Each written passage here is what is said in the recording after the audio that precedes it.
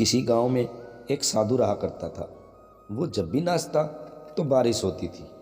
अतः गांव के लोगों को जब भी बारिश की जरूरत होती थी तो वो लोग साधु के पास जाते और उनसे अनुरोध करते कि वे नाचें, और जब वो नाचने लगता तो बारिश जरूर होती। कुछ दिनों बाद 4 लड़के शहर से गांव में घूमने आए।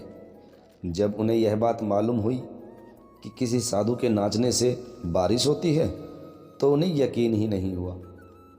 शहरी पढ़ाई लिखाई के घमंड में उन्होंने गांव वालों को चुनौती दे दी कि हम भी नाचेंगे तो बारिश होगी, और अगर हमारे नाचने से बारिश नहीं हुई तो उस साधु के नाचने से भी बारिश नहीं होगी।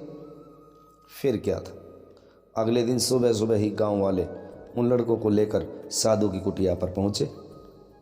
साधु को सारी बात बताई गई। फिर लड़कों ने बारी बारी से नाचना शुरू किया। आधा घंटा बीता। पहला लड़का थक कर बैठ गया, पर बादल नहीं दिखे। कुछ देर बाद दूसरे ने भी यही किया, और 1 घंटा बीतते बीतते बाकी दोनों लड़के भी थक कर बैठ गए, लेकिन बारिश नहीं हुई। अब साधु की बारी थी। उसने नाचना शुरू किया। 1 घंटा बीता, बारिश नहीं हुई। साधु नाचता रहा। 2 घंटा बीता, बारिश नहीं हुई। पर साधु तो रुकने का नाम ही नहीं ले रहा था।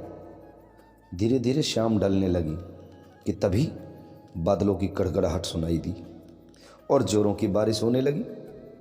लड़के दंग रह गए और तुरंत साधु से क्षमा मांगी और पूछा, बाबा, भला ऐसा क्यों हुआ कि हमारे नाचने से बारिश नहीं हुई और आपके नाचने से बारिश हो गई?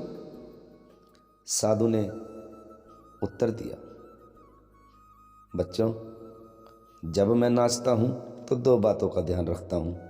पहली बात तो मैं ये सोचता हूँ अगर मैं नाचूंगा तो बारिश को होना ही पड़ेगा, और दूसरी ये कि मैं तब तक नाचूंगा जब तक कि बारिश ना हो जाए। तो फ्रेंड्स, सफलता पाने वालों में यही गुण विद्यमान होता है कि वो जिस चीज़ को करते हैं उसमें उन्हें सफल होने का पूरा यकीन होता है, और वे तब तक उस चीज़ को करते हैं जब तक कि उसमें सफल ना हो जाएं।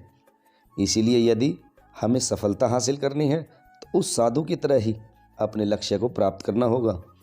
और दोस्तों, आज की कहानी की सीख कैसी लगी हमें कमेंट में ज़रूर बताना।